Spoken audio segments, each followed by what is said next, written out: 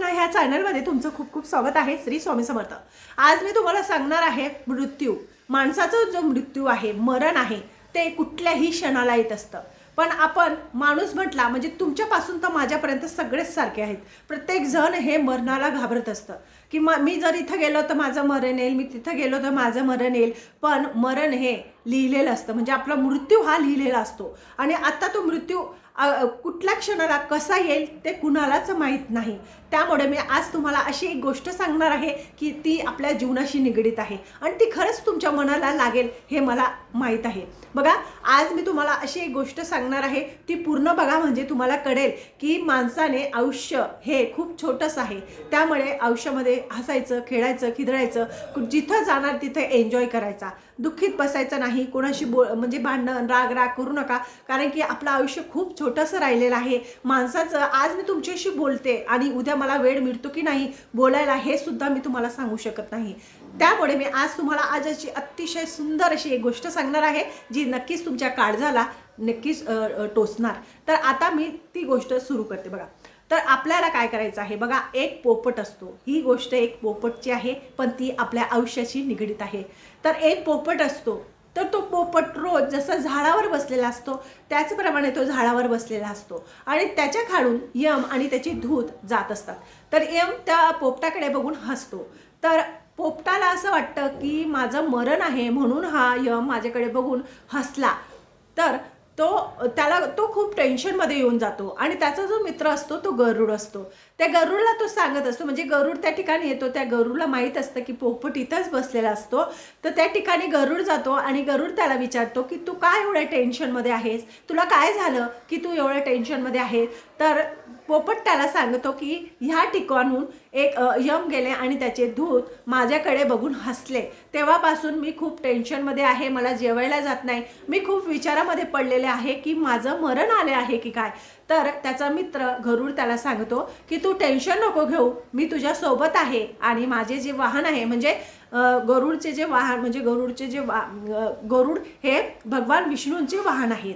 मग त्यांचा खूप मानपान होत असतो, जिथं जातात तिथं गरुडचा मानपान होत असतो, आदर सत्कार केला जात असतो। तर गरुडला असं वाटतं मी जर यमजोड गेलो माझ्या मित्राचं मरणाचं सांगायला तर नक्कीच यम देवता माझं मानतील। म्हणून गरुड काय सांगतो पोपटला की तू घाबरू नकोस, मी तुझ्या सोबत आहे, मी तुझ्या सोबत येईल, तू टेन्शन नको घेऊ, मी यमदेवांजवळ जात असतो।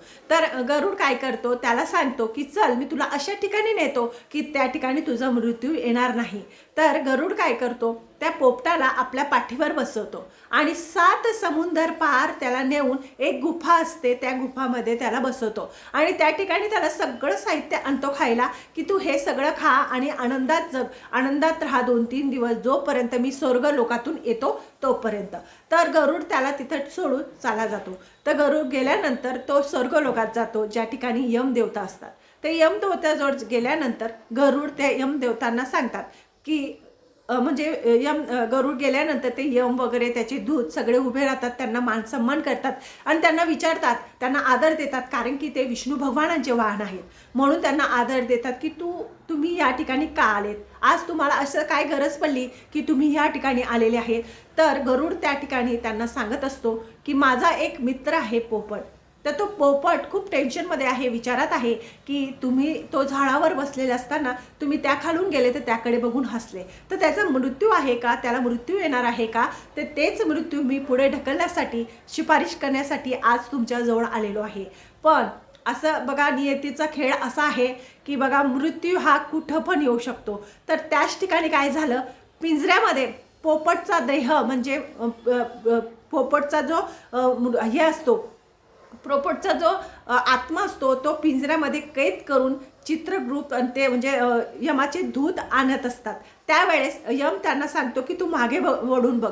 त्यावेळेस जे गरुड आहे ते मागे वळून बघतात आणि बघतात तर पोपट दिसतो। तर ते त्यांना विचारतात की मग की हा तर माझा मित्र आहे आणि याला तर मी 7 समुंदर पार एका गुहेमध्ये ठेवलेला आहे।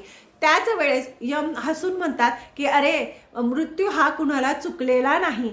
तर बघा, त्याच्यात असं सांगितलेलं आहे, यम असं म्हणतात की मी त्याला कालच बघितलं की तो झाडावर बसलेला असतो आणि मी म्हणतो की तो आज इथं आहे, तर 7 समुद्र पार त्याचा मृत्यू आहे एक गुफामध्ये आणि त्या ठिकाणी ती मांजर त्याला खाऊन घेते. ज्याच ठिकाणी त्याचा मित्र ज्या गुफामध्ये त्याला सोडून जातो त्या ठिकाणी एक मांजर येते आणि ती मांजर त्याला खाऊन जाते. म्हणून मला हसायला येतं की माणसाचा जो मृत्यू असतो तो कुठल्याही क्षणी कोणत्याही वेळेस येऊ शकतो. म्हणजे त्याला वेळ काळ नाही. ज्या ठिकाणी त्याचा मृत्यू लिहिलेला असतो त्याच ठिकाणी माणसाचा मृत्यू होत असतो. म्हणून कधीच घाबरून जायचं नाही असाच सांगण्याचा प्रयत्न मी तुम्हाला आज केलेला आहे की माणसाने ह्या ठिकाणी गेल्यावर माझा मृत्यू होईल, ह्या गावाला गेल्यावर होईल, त्या गावावर गेल्यावर होईल, पण आपल्या नशिबात आपलं नशीब केवढं लिहिलेलं आहे, आपलं भाग्य केवढं आहे ते देवाच्या हातातच आहे. म्हणजे ज्या ठिकाणी आपला मृत्यू येणार आहे त्या ठिकाणी येणारच. भले तुम्ही जा किंवा नका जाऊ, तुम्हाला घरात पण येईल, बसताना पण येईल, झोपताना पण येईल. त्यामुळे आनंद आणि आनंदाने जगा, आनंदाने राहा आणि आयुष्य हे खूप सुखाने आणि समृद्धीने जगा. माझं तुम्हाला चॅनल आवडत असेल तर माझ्या चॅनलला लाईक करा, सबस्क्राईब करा. श्री स्वामी समर्थ.